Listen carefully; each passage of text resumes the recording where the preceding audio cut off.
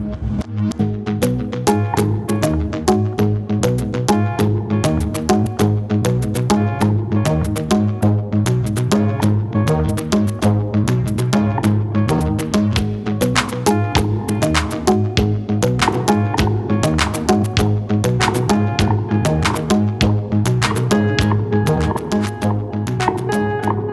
the end of the world as we know it.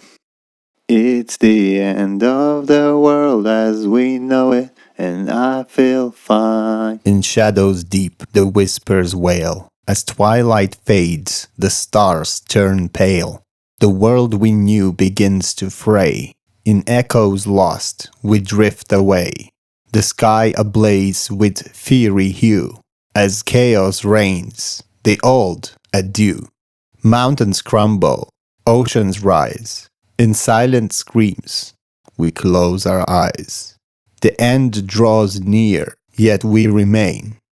In memories lost, in silent pain. But from the ashes, new shall rise. A chance to mend our broken ties. Through darkness looms, hope still gleams.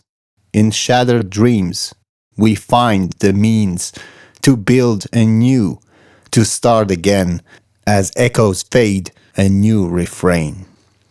For in the end, as words collide, in every tear, a truth implied, that from the ruins will arise and face the dawn with open eyes. Hello and welcome to the Lyric Podcast. In this episode, we explore the meaning and impact of a song that deals with apocalyptic themes. We're going to talk about one of the most iconic songs of this genre. It's The End of the World as We Know It by R.E.M. Now, this podcast is sponsored by EA Locksmith, a reliable and affordable, top-rated, just-in-case, mobile locksmith service in Waterloo region. You gotta call EA. If it's locked, then you're stuck no matter what they say.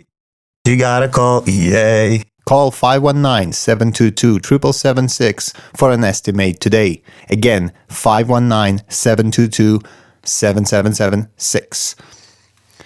Now back to our theme. The song, It's the End of the World as We Know It by R.E.M. was released in 1987 as the second single from their album Document, and it reached number 69 on the US Billboard Hot 100, as well as number 39 on the UK singles chart. It has since become a staple of pop culture, appearing in movies, TV shows, commercials, and even political rallies. It has also gained new relevance in recent years, as many people felt that the world is indeed ending, or at least changing drastically due to various crises like COVID-19, or climate change, or social unrest, or the war per se. And all this political polarization, it kind of resonates under this one umbrella of the feeling that what you've known is gone. And honestly, I could resonate with that because a lot of the times I've been feeling this way, especially as growing up. You always feel like it's the end of things. It's always the end of everything. The end of your youth, the end of your growing up process, the end of your early stages, and it's the beginning and the end of your late stages, and the end of you at the end of everything. So I guess it's just always comes back to that end of the world theme. So I'd like to read you the first verse of R.E.M's It's the End of the World as We Know It before we proceed further about this song. That's great. It starts with an earthquake, birds and snakes, an airplane, and Lenny Bruce is not afraid. Eye of a hurricane, listen to yourself churn. World serves its own needs. Don't serve your own needs.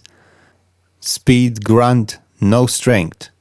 The ladder starts to clatter with fear of height down height. Wire in a fire, representing 7 games, in a government for hire and a combat site. left of west and coming in a hurry, with the furies breathing down your neck. Team by team, reporters baffled. Trump, tethered crop. Look at that low plane. Finding. Uh-oh, overflow. Population. Common food. But they will do. Save yourself. Save yourself. World serves its own needs.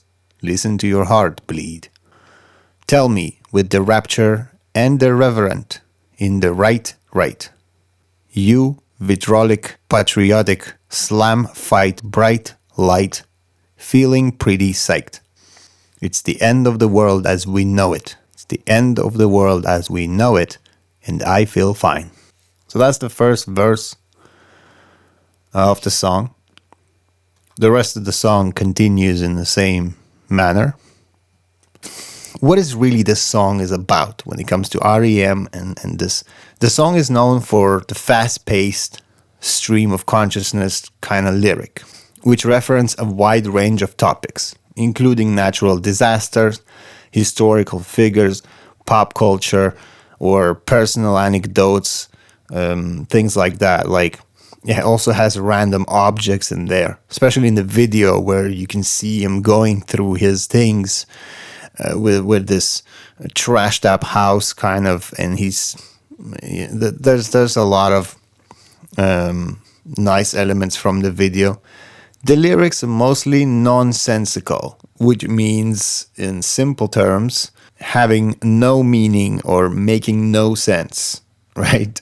From like a simple Google term, but it's also ridiculously impractical. And so when I look over the lyrics, I do understand what it meant.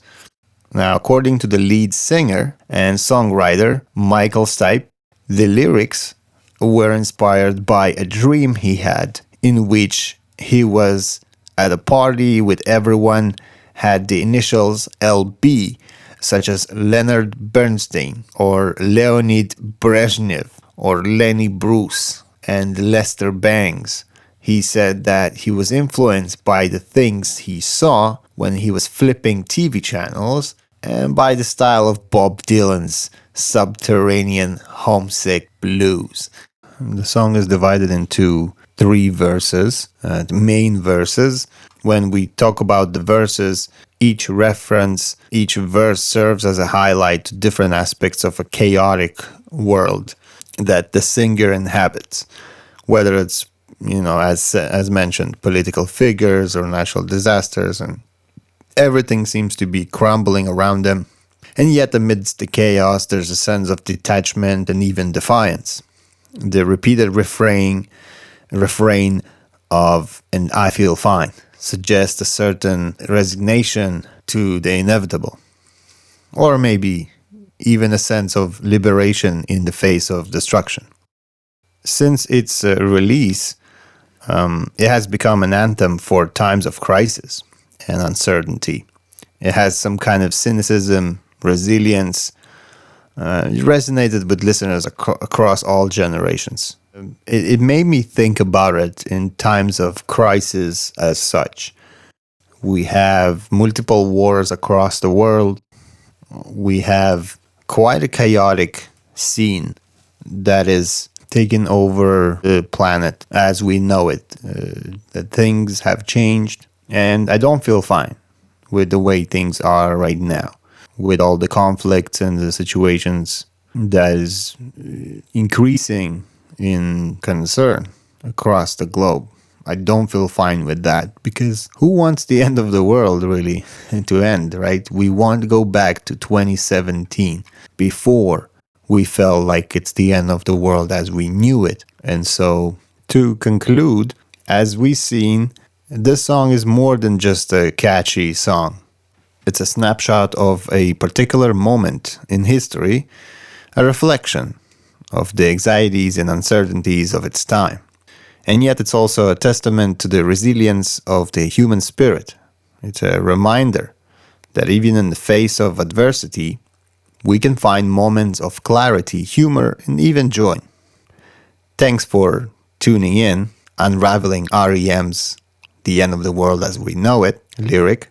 And join us for next episode where we're going to explore another legendary lyric and bring our own insight. Now, this podcast is sponsored by EA Locksmith, a reliable and affordable, top-rated mobile locksmith service in Waterloo region. If it's locked, then you're stuck no matter what they say. You gotta call EA.